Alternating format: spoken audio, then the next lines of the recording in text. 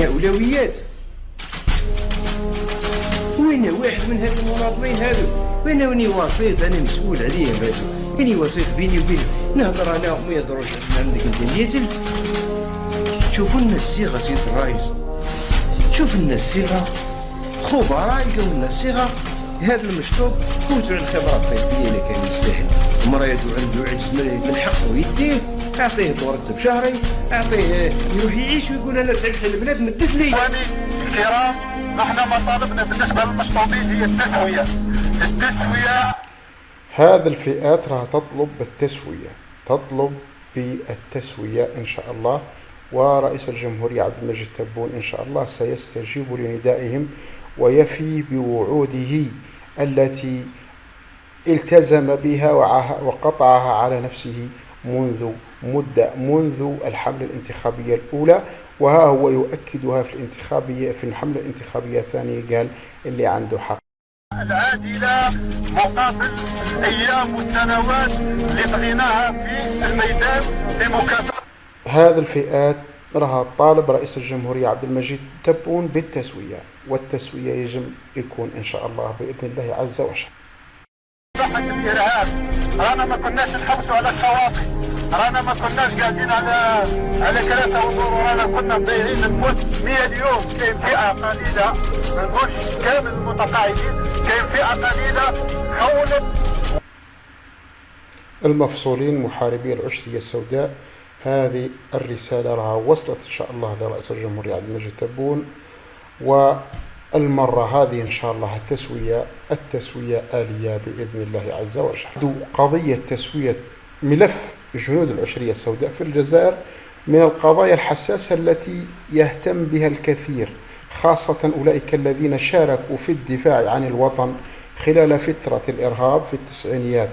الرئيس عبد المجيد تبون قد أشار في كثير من المناسبات إلى أهمية معالجة هذا الملف والاستجابة لمطالب هذه الفئة التي تعتبر من ركائز استقرار البلاد. في الآونة الأخيرة عهد رئيس عبد المجيد تبون بحل وتسوية كل المشاكل أو بما في ذلك أوضاع هذه أو هؤلاء الجنود باعتبارهم جزءا لا يتجزأ من استقرار بلادنا الجزائر الجديدة في استقرار الجزائر الجديدة الاجتماعي والسياسي. لكن السؤال الذي يطرح نفسه اليوم: ما مدى التقدم في تنفيذ هذه التعهدات؟ وهل تم بالفعل تحقيق العدالة الاجتماعية لهذه الفئة المهمة؟ ما هي التعهدات التي قدمها الرئيس تبون وحكومته فيما يتعلق بجنود العشرية؟ ما هي التحديات التي قد تقف في طريق الحكومة لتنفيذ باقي الالتزامات؟ ما هي الخطوات التي تم اتخاذها على أرض الواقع لتنفيذ هذه التعهدات؟ ما هو مستقبل تسوية هذا الملف؟ وهل ستكون الحكومة قادرة على الوفاء بجميع تعهداتها؟ ما هي التحديات التي قد تقف في طريق الحكومة لتنفيذ باقي الالتزامات؟ كيف كانت ردود الفعل من قبل الجنود السابقين وأسرهم تجاه هذه الإجراءات؟ هذا كله ما سنراه إن شاء الله في التعليقات بالأسفل أعزائي المشاهدين. العشرية السوداء من عرفناها ويعرفوها الناس الكل باللي هي فترة مظلمة في تاريخ الجزائر، امتدت من أوائل التسعينيات حتى أوائل الألفية الثانية، حيث شهدت البلاد أوضاع عصيبة شارك فيها قوات الأمن وهؤلاء الفئات اللي نتكلم فيها. في خلال هذه الفترة لعب جنود إلى جانب قوات الأمن والدرك الوطني دورا حاسما في مكافحة أولئك الخارجين عن القانون وحماية الوطن من الانهيار. تعرض هؤلاء الجنود لخطر دائم، راهم يعانوا من نفسيا، ذلك الكثير منهم راهم يعانوا نفسيا، وهم يقاتلون لحماية المدنيين. كانوا يحموا في خيوتهم، بني عمهم، بني عشيرتهم، والسكان اللي كانوا يسكنوا في بلادهم وبلدياتهم ودوائرهم، وعمدوا على استعادة الاستقرار في البلاد.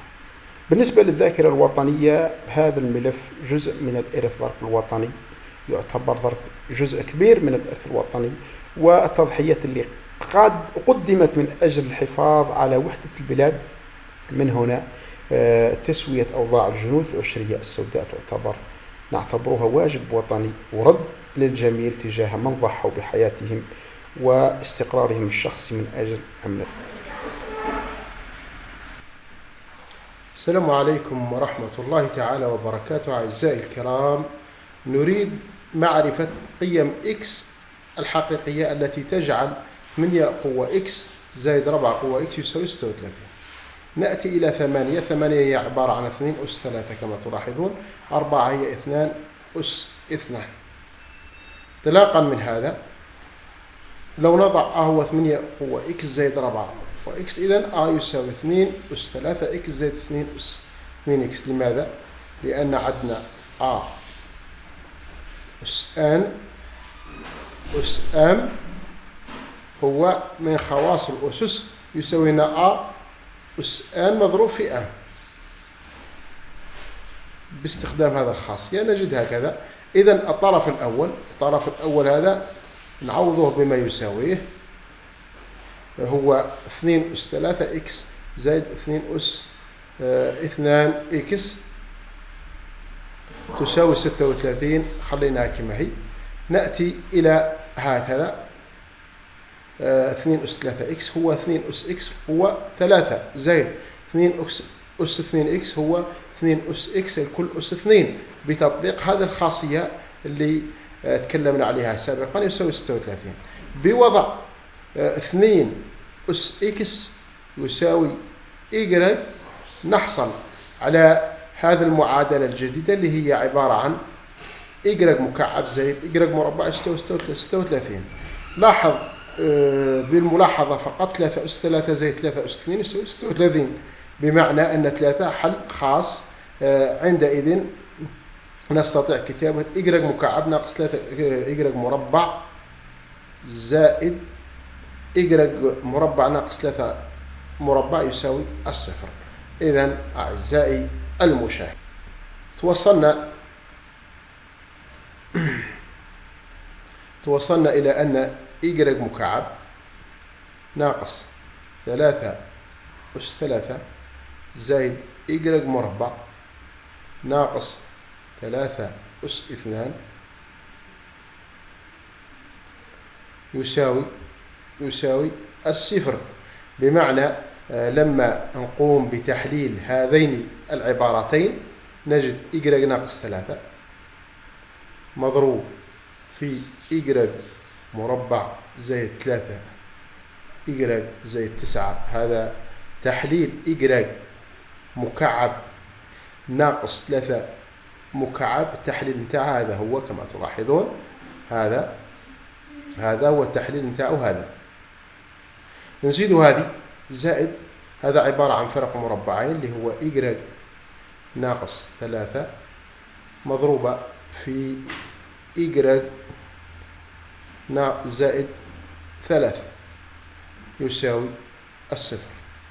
إذن Y ناقص 3 عامل مشترك، يبقى لنا Y مربع زائد 3 Y والY هذه ولينا 4 Y، جميل جدا، زائد 9 وزدوها 3 ولينا 12 يساوي الصفر. إذن هذا جداء عاملين يساوي الصفر، معناها إما الأول يساوي الصفر أو الثاني يساوي الصفر. Y يساوي 3 أو Y مربع زائد 4 Y زائد 12 يساوي صفر. لما نحسب المميز هنا 16 ناقص 4 ألف ج ناقص 48 نجده 32 بالنقص ناقص 32. ناقص 32 عبارة عن 8 في 4 معناها 2 جذر 8. نقدروا نقولوا أكثر من ذلك، نقولوا 4 جذر 2. جميل جدا. إذا دلتا لما نحسبوه نلقاوه 4 جذر 2 إي الكل مربع. لما نستخدم عبارة الحلين معاكس باء، إذا إكس Y يساوي إجراج يساوي معاكس باء اللي هو ناقص 1 ناقص 4 جذر 2 إي على 2، أو المرافق نتاعو إجراج يساوي ناقص 1 زائد 4 جذر 2 إي على 2. ما ننساوش باللي إجراج هو إكس مربع أو 2 قوة إكس. لما يكون إجراج بثلاثة، 3 يساوي لنا 2 قوة إكس. إيش معناه؟ معناه إكس يساوي لما ندخله عليه من لان يولي إكس لان 2 على لان 3 على لان 2. هذه قيمة إكس. لان 3 على لان 2.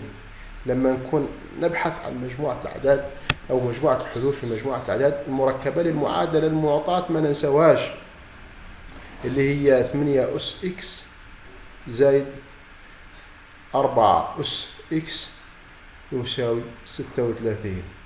جميل جدا. إذا عندها حل حقيقي وحيد اللي هو إكس يساوي لان 3 على لان 2.